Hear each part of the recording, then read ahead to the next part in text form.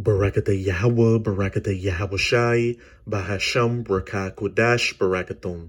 First and foremost, I want to give all praises, glory, and infinite honors to Yahweh, Bahasham, Yahweh Shai. Double honors to the apostles and elders, a great millstone who ruled and teach well. And peace and salutations to you sincere Akim out there, pushing this word in truth and sincerity to the four corners of the globe. May you brothers endure until the end. This is the brother Ra'aya with another video, and I'm going to start it off in Joel chapter 3, verse 1. For behold, in those days and in that time, and we're living in these days and times right now, the last seconds of the last days, when I shall bring again the captivity of Judah, or the southern kingdom, or you so-called Negroes, and Jerusalem, the northern kingdom, or the so-called Latinos and Native Americans, the elect from all 12 tribes waking up and coming back to their power, Yahweh Bahasham Yahweh Shai.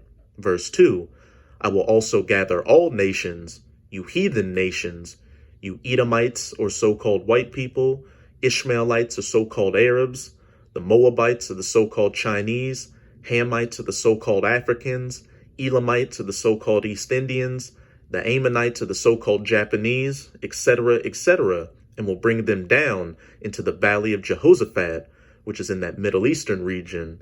And Jehoshaphat in the Hebrew is Yahweh's Shaphat, or Yahweh's judgment, and will plead with them there for my people and for my heritage, Israel. And when you go into that word plead in the Strongs, it's Shaphat, which means to judge, punish, or vindicate.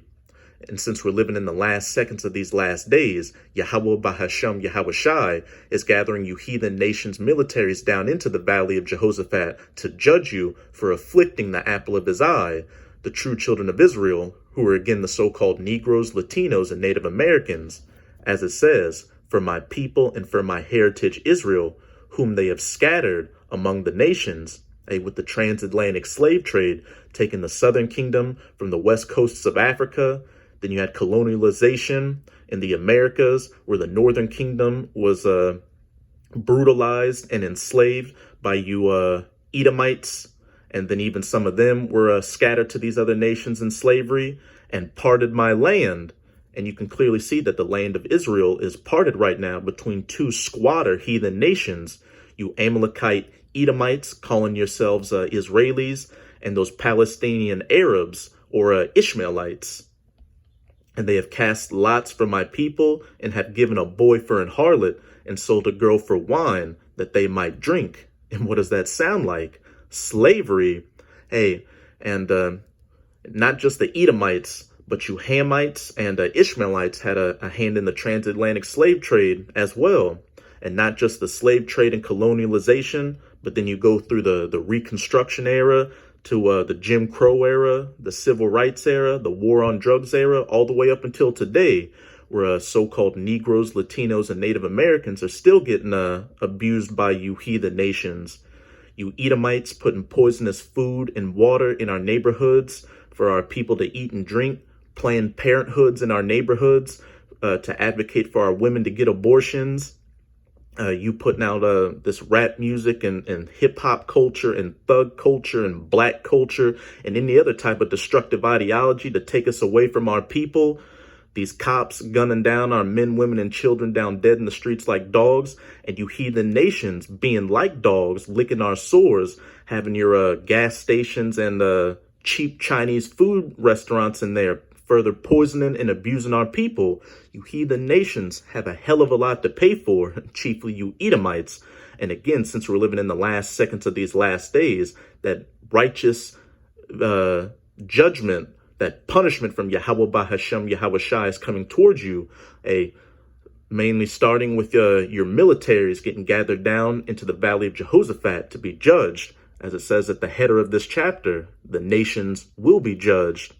With all that being said, I'll be profiling a video from RT America's YouTube channel titled NATO Announces Huge Expansion of Ops in Iraq.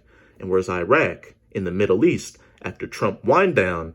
Hey, showing that these prophecies are beginning to come to pass. These heathen nations' militaries getting gathered down into the valley of Jehoshaphat to be judged by Yahweh Bahasham Yahweh Shai for afflicting the apple of his eye, the true children of Israel, who are again the so-called Negroes, Latinos, and Native Americans. Has announced plans to send 3,500 more troops to Iraq, saying it's to prevent the country from becoming a safe haven for terrorists. The decision comes in the wake of a deadly rocket attack in the north of the country. Today, we decided to expand NATO's training mission in Iraq to support the Iraqi forces as they fight terrorism and ensure that ISIS does not return. The size... Yeah, whatever. What is ISIS really? Just a proxy, mercenary army for Israel and the United States of America to destabilize the Middle East and balkanize it to make Israel the main hegemon in the region. And besides that, are trying to control the oil trade or positioning themselves to eventually go to war with Iran. All those issues and reasons aside, the main reason you heathen nations are getting gathered down into the Valley of Jehoshaphat is again to be judged by Yahweh Bahasham Yahweh Shai. So our mission will increase from 500 personnel to around 4,000. And training activities will now include more Iraqi security institutions and areas beyond Baghdad. Former U.S. Marine Corps intelligence officer Scott Ritter told us who he thinks stands behind NATO's ramp-up in the Middle East. When you're beyond Baghdad, out in the boonies, in remote facilities, training Iraqi security forces that are in constant contact with ISIS or other extremist enemies, there will be losses. And NATO's not configured to do this, not prepared politically to do this. So then the question is, who will provide the combat backup? And that, of course, is the United States. And once the United States employs combat force in support of NATO, the two missions become intertwined. And then NATO, which has made a big point of saying, hey, we're being invited by the Iraqi government, which is the opposite of the situation that currently exists regarding U.S. forces. This is just a horrible situation that underscores two realities. One, that NATO is not a politically mature organization capable of making independent decisions. It has been pushed into this direction by the United States. And two, the United States is in a dire situation where it can no longer unilaterally impose its will, and it increasingly has to rely on partners such as NATO to do the heavy lifting for them. Hey, and I will gather all nations down into the Valley of Jehoshaphat to plead or to judge with them for my heritage, Israel. Back in Joel chapter 3, jump down to verse 9. Proclaim ye this among the Gentiles, which the men of the Lord, the prophets of the Most High, mainly through GMS or Great Millstone, are doing by going out onto the highways and byways to preach this word, as well as putting up video epistles like this, proclaiming among you heathen Gentiles nations to prepare for war, prepare for World War III, prepare for nuclear war, prepare for war with Iran, prepare for the battle in the Valley of Jehoshaphat, prepare for the battle of Armageddon. Wake up the mighty men, let all the men of war draw near, let them come up. NATO announces huge expansion of ops in Iraq after Trump wind down. Beat your plowshares into swords and your pruning hooks into spears. Let the weak say I am strong. Assemble yourselves and come, all ye heathen, and gather yourselves together round about. Thither cause thy mighty ones to come down, O Yahweh.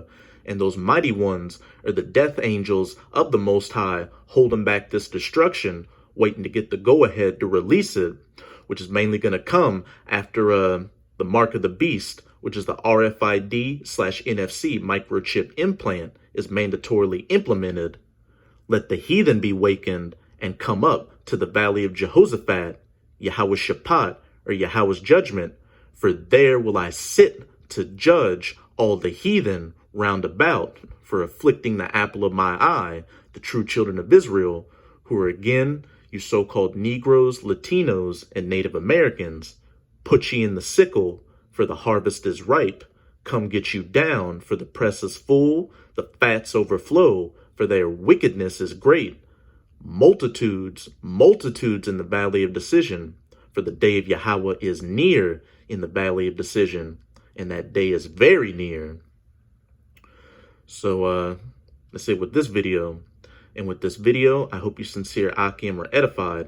As you can clearly see, with each passing day, we're getting closer and closer to the destruction of our enemies and our salvation. So now more than ever, you should have all 10 toes down in this truth, pushing this word as hard as you possibly can to make your calling and election sure and be saved from these coming calamities of Jacob's trouble.